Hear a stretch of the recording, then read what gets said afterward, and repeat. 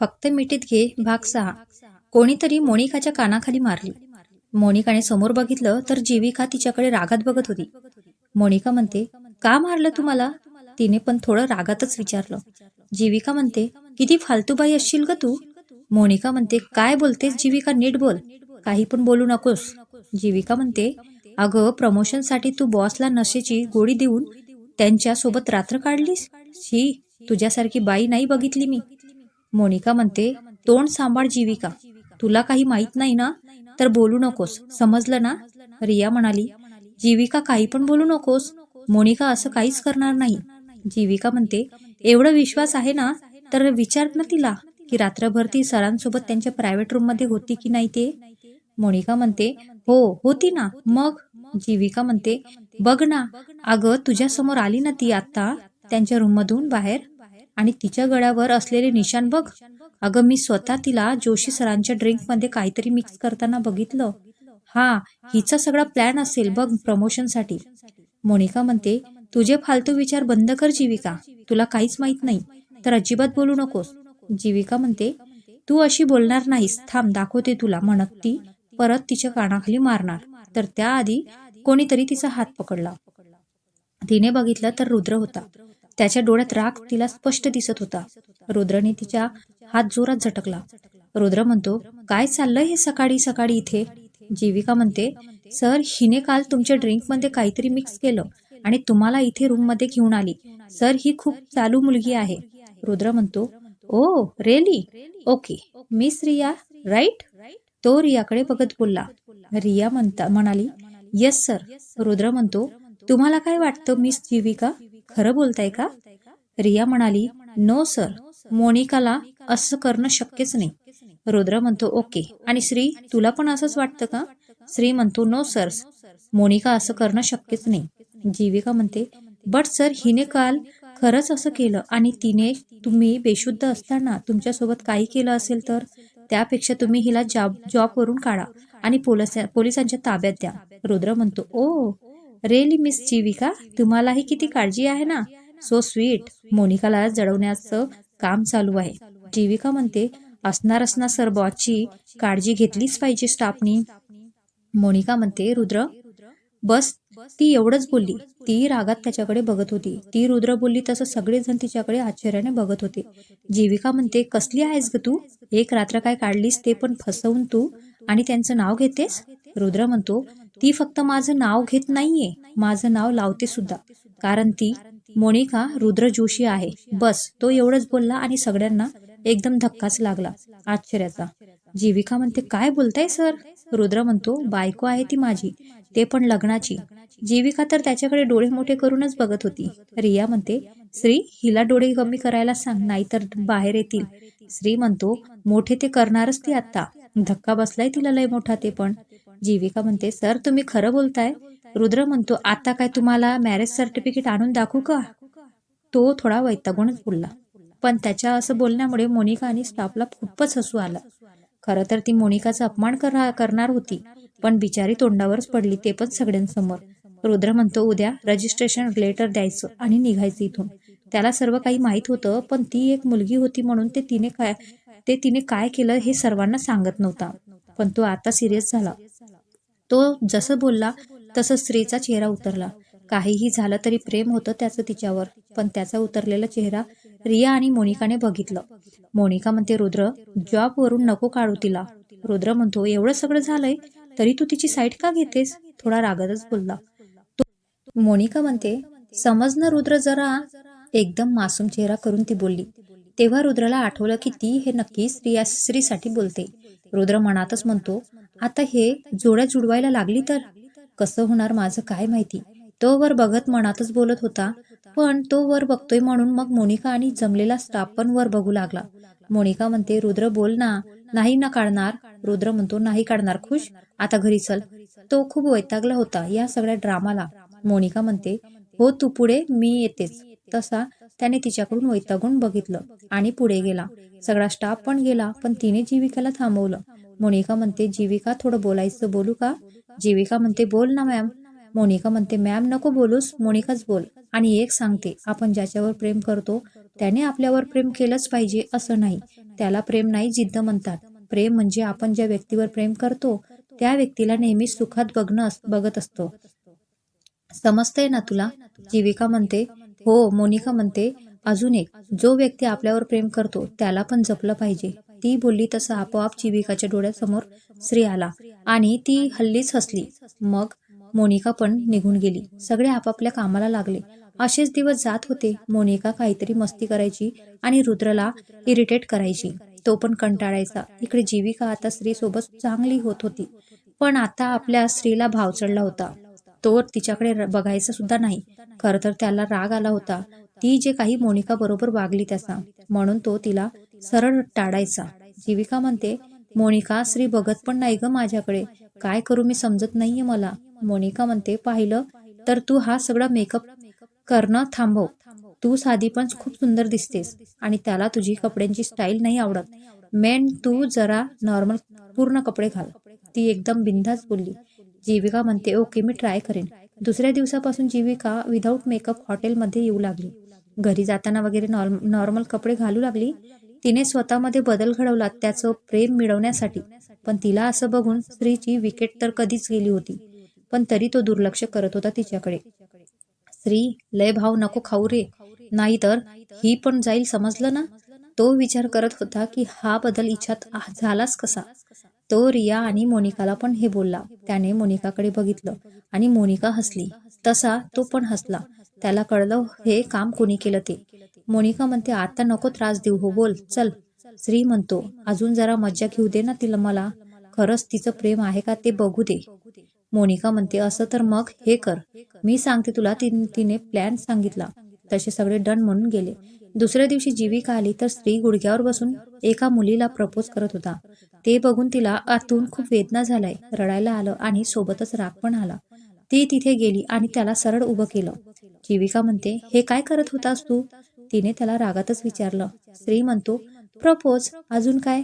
जीविका म्हणते, मी मूर्ख दिसते का रे तुला? तुझ्यासाठी एवढं करते मी, तरी तुला माझं प्रेम दिसत नाही. पहिलं कसं माझ्या मागे मागे यायचा, आता तर बघत पण नाहीस. एवढी वाईट आहे का रे मी? रागात बोलता बोलता बिचारी रडायलाच लागली. ते बघून मग मोनिकाने त्याला हो बोल आता म्हणून डोळ्यांनीच इशारा केला. तसं त्याने तिला मिठीत घेतलं सगळ्यांसमोर. ते पण तिने पण त्याला मिठी मारली. तो तिला तसाच आय लव्ह यू बोलला. ती पण लगेच त्याला आय लव्ह यू टू बोलली. पण थोड्या वेळात भानावर आली आणि त्याला विचारलं. जीविका म्हणते, मग तू हिला का प्रपोज करत होतास? ती स्टाफ मधल्या एका मुलीकडे हात करून बोलली. श्री म्हणतो, असंच बघायचं होतं तू जेलस होती की का. तू जेलस झालीस तर खरं प्रेम नाही तर मग. तशी जीविका भडकली. जीविका म्हणते, मूर्ख, पुन्हा जर तू दुसऱ्या कोणत्या मुलीकडे बघितलं ना तर हा तुझा चष्मा मी फोडूनच टाकेन आणि ते डोळे बाहेर काढेल, समजलं? वा ग माझी राणी. तिच्या या बोलण्यावर सगळे हसू लागले आणि श्री हसतच हो बोलला. तेवढ्यात तिथे रुद्र आला आणि बोलला, मिस जीविका, मला वाटतं तुम्ही मोनिका सोबत जास्त राहू नका. तो बोलला आणि सगळे त्याच्याकडे बघू लागले. श्री म्हणतो, का सर? रुद्र म्हणतो, अरे ही आता जे काही बोलली ना ते मोनिकाचा परिणाम आहे. ते वाण नाही पण गिन लागला म्हणून बोलतो. तिची संगत कमी कर, नाही तर कामातून जाशील तू. तो बोलला तसे सगळेच मोनिकावर हसू लागले. आधी ती रुसली, पण मग सगळे हसत आहेत बघून ती पण हसायला लागली. असेच थोडे काही दिवस गेले. सगळं काही मस्त चालू होतं. श्री आणि जीविकाचं प्रेम बहरत होतं. रिया आणि सिद्धची त्यांच्या घरी प्रेम आहे सांगण्याची धडपड चालू होती आणि रुद्र मोनिकाची मस्ती झेलत होता. असाच एक दिवस हॉटेलमधून ती घरी जायला निघाली. ती बाहेर आली तर लगेच तिच्यासमोर एक ब्लॅक कार आली आणि त्यातून कोणीतरी तिला आतमध्ये खेचून घेतलं आणि तिला बेशुद्ध केलं. रॉकीने ते सगळं बघितलं.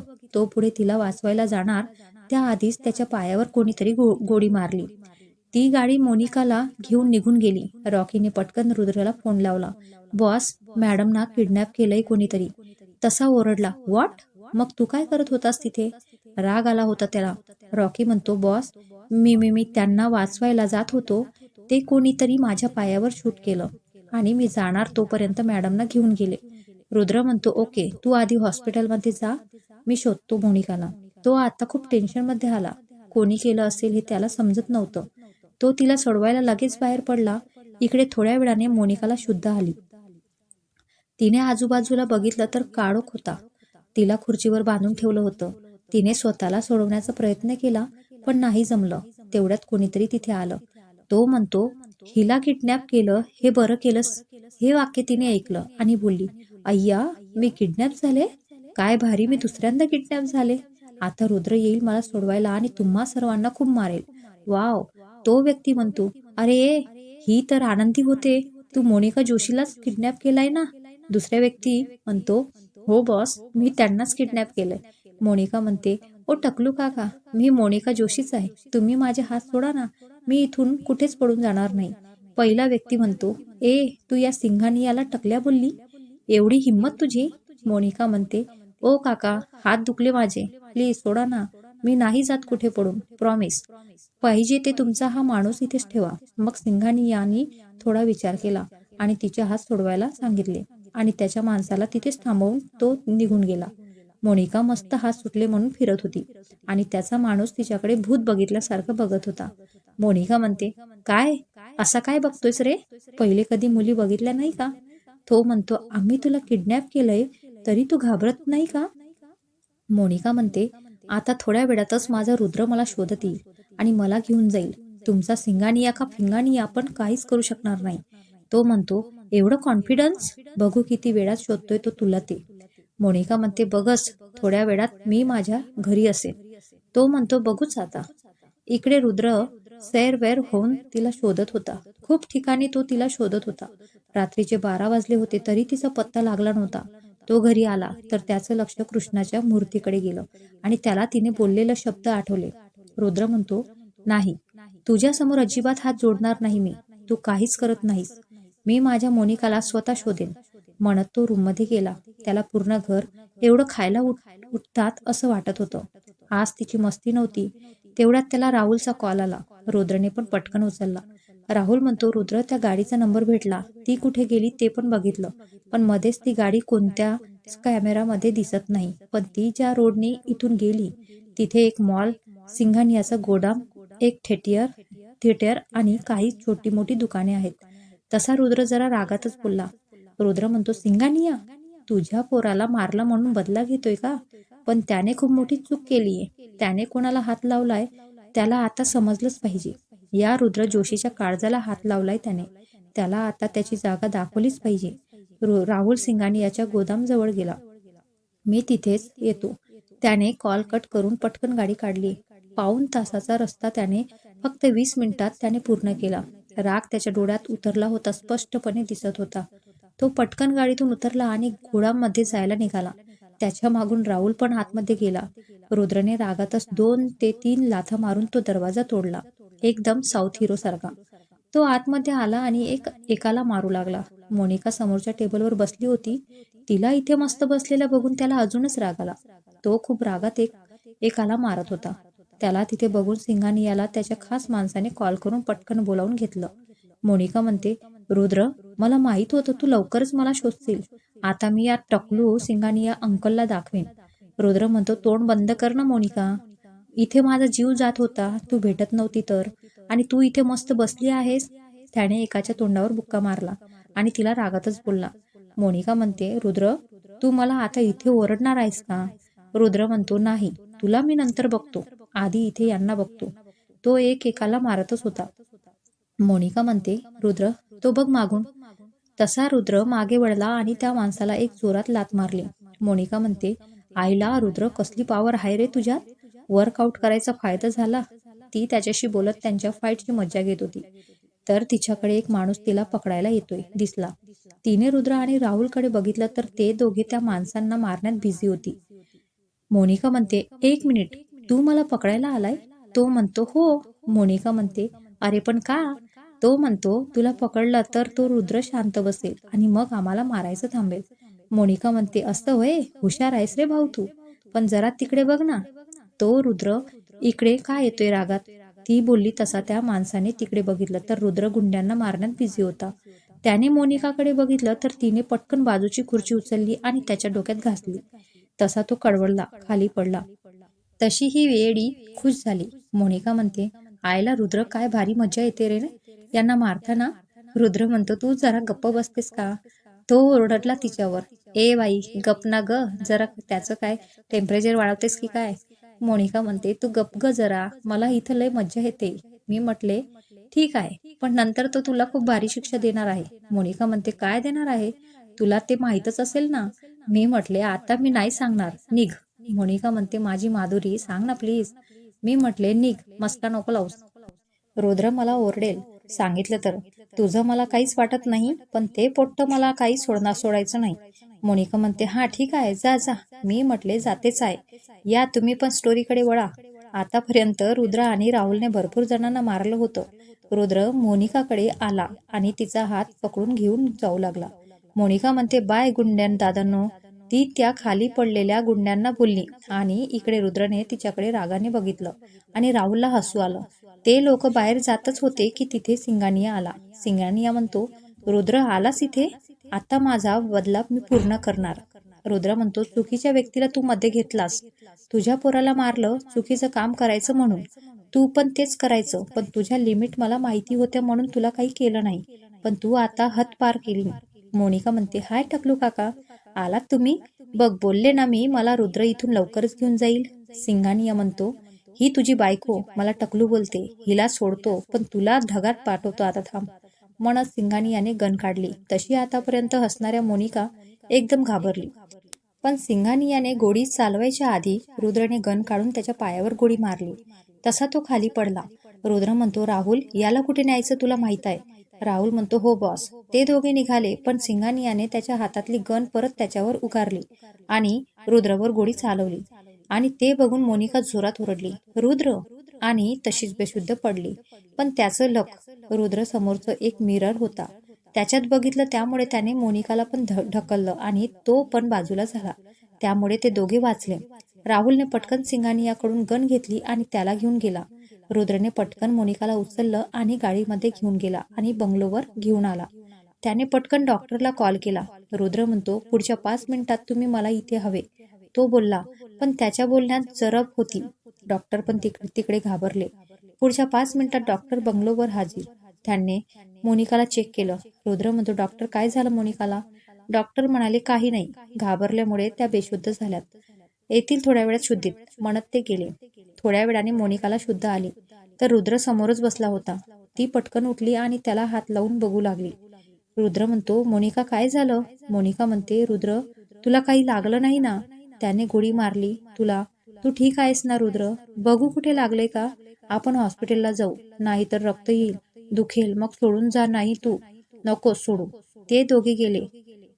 ऍक्सिडंट, रक्त. रुद्र, तुला लागलं नाही ना?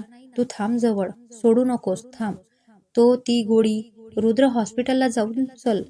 ती त्याच्या हातात हात पकडून घेऊन जाऊ लागली, पण रुद्रने तिला मिठीत घेतलं. रुद्र म्हणतो, मोनिका, बघ मी ठीक आहे, काहीच नाही झालं, शांत हो. चूप, शांत हो. ती शांत झाली. मोनिका म्हणते, रुद्र, डोकं दुखते खूप. रुद्र म्हणतो, बरं ये इथे झोप. हे टॅबलेट खा. त्यानं तिला टॅबलेट दिली आणि झोपवलं. ती झोपली सुद्धा, पण थोड्याच वेळात तिच्या कपाळावर घाम येऊ लागला. ती काहीतरी एकदम हळूहळू बडबडू लागली. रुद्रने तिचा हात पकडला तर तिने तो खूप घट्ट पकडला. रुद्रने तिला जोर जोरात हलवून उठवलं. मोनिका म्हणते, रुद्र, ती गाडी, ऍक्सिडंट, रक्त, ते गेले. कोण होते ते? उडवलं. ट्रकनी फिरायला गेले. सोडून थांबव ना त्यांना. रुद्र, रक्त, तिला खूप त्रास होत होता. त्याने पटकन एक इंजेक्शन काढलं आणि तिला दिलं. तशी ती शांत झोपली. रुद्रने मग तिला मिठीत घेतलं आणि झोपला. तिने पण त्याला घट्ट मिठी मारली आणि झोपली तशीच. सकाळी ती उठली तर रुद्र बॅग पॅक करत होता. मोनिका म्हणते, रुद्र, कुठे चालला आहेस का तू? रुद्र म्हणतो, हो, पण मी नाही, आपण. मोनिका म्हणते, कुठे जातोय आपण? तिने एक्साइटेड होत विचारलं. रुद्र म्हणतो, आपण केरळ फिरायला जातोय, संध्याकाळची फ्लाईट आहे. मोनिका म्हणते, अय्या, हो. मी पटकन पॅकिंग करते माझी. ती उठली आणि धावतच बाथरूम मध्ये गेली. तसा रुद्र हसला आणि बॅग ठेवून स्टडी रूम मध्ये गेला तर तिथे राहुल आधीच आला होता. रुद्र म्हणतो, राहुल, मी 3 दिवसांसाठी केरळला जातोय. राहुल म्हणतो, अचानक? रुद्र म्हणतो, कालच्या घटनेमुळे तिला परत त्रास झाला. भूतकाळ समोर येऊन बघत होता तिचा, पण तिला खूप त्रास होता म्हणून तिला सांगितलं नाही काही अजूनपर्यंत. सोबतच ते घडलं तेव्हा ती खूप लहान पण होती म्हणून तिला एवढं काही आठवत नाही. पण जेव्हा हे थोडं थोडं आठवतं तेव्हा तिला असा त्रास होतो. तिला काही परत आठवू नये म्हणून मग जरा फिरून आणतो, म्हणजे झालेलं विसरेल ती. काल माझ्याकडे ते इंजेक्शन होतं म्हणजे बरं झालं, नाहीतर ती अजून जास्त पॅनिक झाली असती. राहुल म्हणतो ठीक आहे, काळजी घे तिची, पण आधी त्या सिंगानियाकडे बघ जरा. रुद्र म्हणतो चल. ते दोघे बंगल्याच्या मागे असणाऱ्या रूममध्ये गेले. ते रूम असा होता की तो कोणाला दिसणार नाही. तिथे सिंगानियाला बांधून ठेवलं होतं. रुद्र म्हणतो काय सिंगानिया, कसा आहेस? अरे विसरलोच, आतापर्यंत चांगला आहेस, पण आता नसणार, म्हणत त्याने राहुलकडे हात केला. तसा त्याच्या हातात स्क्रू ड्रायव्हर दिला. त्याने तो घेतला आणि सिंगानियाचा हात टेबलवर ठेवला. रुद्र म्हणतो हा वार तुझ्या माणसांनी तिला हात लावला म्हणून. बोलत तो स्क्रू त्याच्या हातात जोरात मारला, बरोबर मध्येच मारला. तो जोरात ओरडला, पण त्याचं तोंड बांधून ठेवलं होतं म्हणून त्याचा आवाज बाहेर आला नाही. त्याने असाच एक एक करत त्याच्या पूर्ण हातात स्क्रू ड्रायव्हरने छेद केले. हसत पूर्ण रक्ताने माखला होता. कपड्यांवर रक्त उडालं होतं, पण रूढ त्याची काहीच फिकिरी नव्हती. त्याला फक्त राग होता. याच हाताने तिला मध्ये घेतलं आणि तिला हात लावला होतास, मग त्याने तिथे त्याला गोळी जी लागली होती तिथे जोरात मारलं. त्याला खूप टॉर्चर केलं आणि शेवटी राहुलकडे बघितलं तसा त्याने त्याला झटकन शूट केलं. एका झटक्यात त्याचा जीव गेला. ते दोघे तिथून निघाले आणि परत स्टडी रूम मध्ये आले. रुद्र म्हणतो सॉरी राहुल. राहुल म्हणतो रुद्र सॉरी का? रुद्र म्हणतो ती येते. राहुल आधी विचारत पडला, पण नंतर एकदम बोलला. राहुल म्हणतो what? No no, you can do this with me. Rudra, how can you do this? This is torture for me. Please Rudra. Rudra म्हणतो सॉरी, पण मी तिला बोलावलंय मोनिकासाठी. राहुल म्हणतो मी लेडी बॉडी गार्ड शोधतो तिच्यासाठी, पण तिला नको बोलावूस प्लीज. रुद्र म्हणतो सॉरी, पण ती येते, पण आता नाही तर आम्ही परत आल्यावर. सॉरी म्हणत रुद्र तर निघून गेला. पण इथे विचारायला राहुलला टेन्शन आलं. फक्त ती येते हे ऐकूनच. कोण असेल ती मुलगी? राहुल एवढा टेन्शन मध्ये का आला असेल? तुम्हाला काय वाटतंय हो, कोण असेल ती? तर मला कमेंट करून कळवा. भेटूया पुढील भागात. व्हिडिओला लाईक आणि शेअर करा आणि चॅनलला आपल्या सबस्क्राईब करायला विसरू नका.